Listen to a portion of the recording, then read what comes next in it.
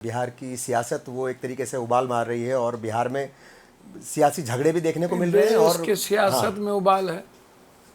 बिहार के सियासत में उबाल के पहलगाम है, सिंदूर है, ट्रंप है, देश की इकोनॉमी चौपट है। कंप्लीट देश में कहीं राज ठाकरे कूट रहे हैं हिंदी पट्टी को, तो कहीं कोई मार रहा है, कहीं आसाम में मार रहा है, भगा रहा है। तो देश के एक उबाल में थोड़ी सैया भेल कोतवाल, तो अब डर काहे का, रोपिएगा बबूल खाइएगा खजूर। देश देख नहीं रहे कि देश की सारी संस्थाएं खत्म हो गई।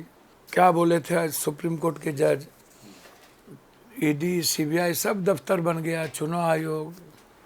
अब इन केन प्रकार देश की संवैधानिक मूल्यों को, संवैधानिक दायित्व का खत्म करना, बिल्कुल देश को विभाजनों में बांट देना, नफरत के आधार पर टुकड़े टुकड़े कर देना। कहीं मणिपुर में उबाल है तो कहीं महाराष्ट्र में, बिहार, झारखंड, यूपी को कूटा जा रहा है, करट पिटा जा रहा है।